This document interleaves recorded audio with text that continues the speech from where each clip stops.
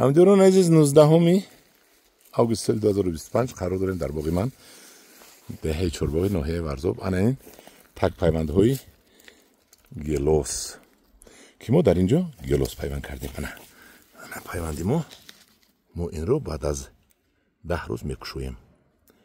یک ما پس کشو گفتگی است. این پیوندگرای ما همین پیوند رو زیر کلونکه موندن.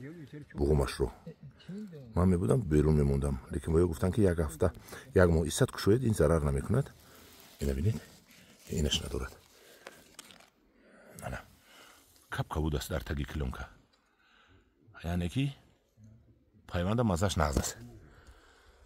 خوب است. خدا خواهد این گلوس ها هر یک تا این گلوس ها خانه های شما رفته، باغ های شما خانه های شما رو آباد میکند و گلوس های بهترین جهان رو شما استعمال میکنید، میخورید، میفروشید.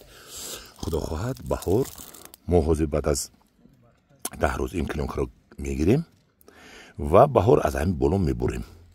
از اینجا سبز میشود. سبز شده میرود. این حوض تک پیوند 1.5 متر است.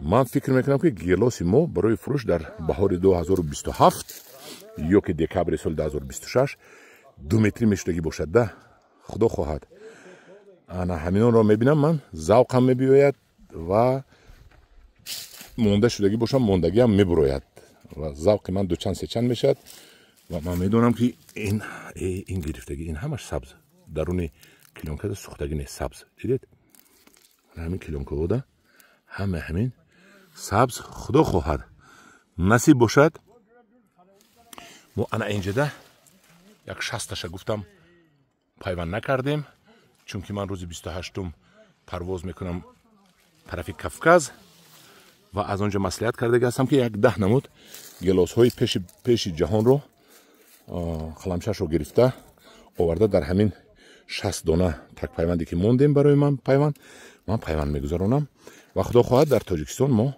گلوس های میکنیم که حالی سلکک از ازبکستان پیشتر رویم در نمودی سورت. در نمودی باغ پیش رفته نمیتونیم، ما باغشون بسیار هستن. سورتی که من میبیارم ازبکستان ده حالی نیست. خدا خواهد پیش جهانی رو من پیدا کردم میبیارم تا اینکه تاجیکستان رو ما از جهتی گلوس پیش قدم کنیم. گلوسی ما اکسپورت رود، دهقانی ما صاحب پول شود، بوی شود دهقانی ما. ولی در بین خلق هم خیلی فهمایش هست که دهقان باید کم بغل باشد و همه هیل کشتلش کشال هیل زندگیشو گذراند. نه، دهقان باید بوی باشد. دهقان باید بوی باشد. انا همدیران عزیز این بود تک پیوندی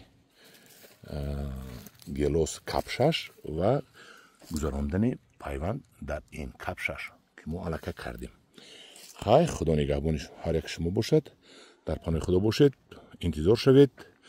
تیرمای سال آینده از این گلاس های بهترین دنیا من به فروش میبرم. نهالش رو شما خریداری میکنید.